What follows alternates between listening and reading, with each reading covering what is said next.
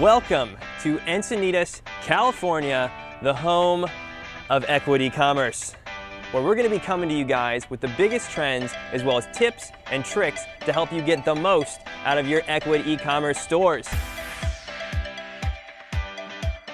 Now this week, I am so pleased to announce that Ecwid has officially been labeled a Facebook integrated partner. Now you might be saying to yourself, Tim, what does that mean for me? That means that setting up your Facebook pixel is now easier than it has ever been before.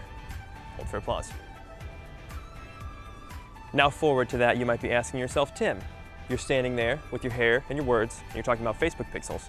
What is a Facebook pixel? So glad you asked. A Facebook pixel is a tiny piece of code that gets embedded into your store to track visitors and user behavior. So who's visiting your site, what pages they're visiting, what products they're looking at, if they're spending a long time looking at one product but not buying it. Your pixel tracks all of that data and then lets you use that data to serve ads to those shoppers. So for example, you may have a shopper who's spending a lot of time looking at hats, but then they don't buy a hat.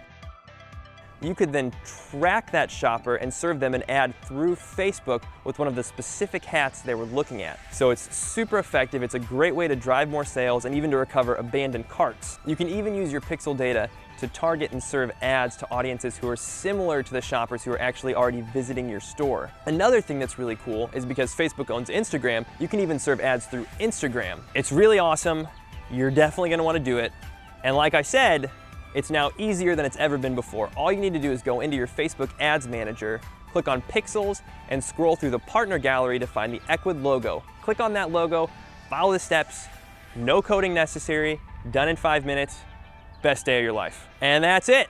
Now get out there, install those Facebook Pixels, and we'll see you back here soon. So I'm gonna get my foot in the video.